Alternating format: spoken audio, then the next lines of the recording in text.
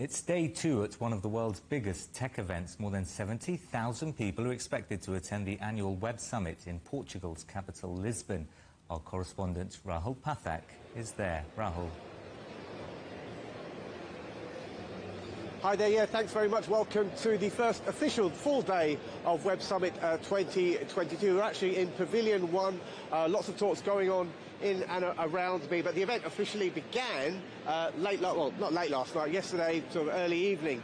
And one of the keynote speakers then was the First Lady of Ukraine, Olena Zelenska. Now, she's part of a huge Ukrainian delegation that's been invited to this year's summit, and Ukrainian startups are certainly having a huge impact at the event here in Lisbon. Here's my report.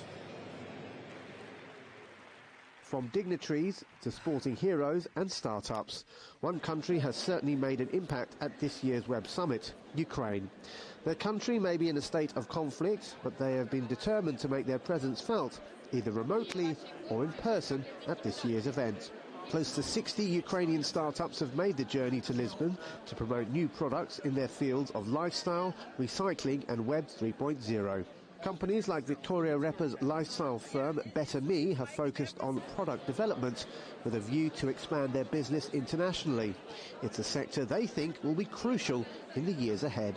I think it's one of the most important parts of the rebuilding, because if we talk about the technology, more than 250,000 people today in tech sector, and it estimates that it will double in the next 2 years.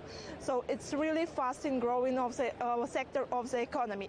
Now, agricultural and metal exports have traditionally been the biggest industries in Ukraine, but recently released figures from their national bank show that the tech industry now generates over $3 billion a year. It is very much a major player.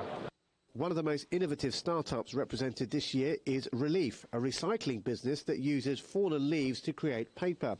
The concept originally started as a school project designed by its founder, Valentin Frencher, and is now an international business. They collaborate with city councils and collection services who remove leaves from parks and squares.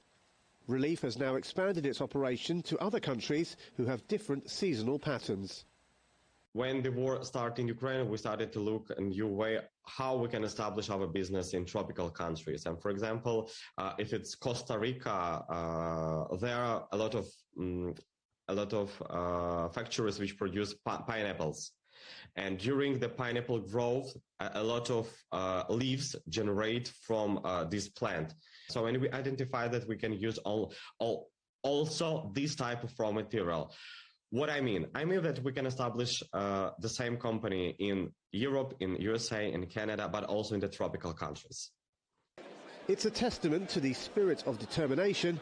The thriving tech industry certainly looks well placed to help Ukraine rebuild its economy when that opportunity eventually arises.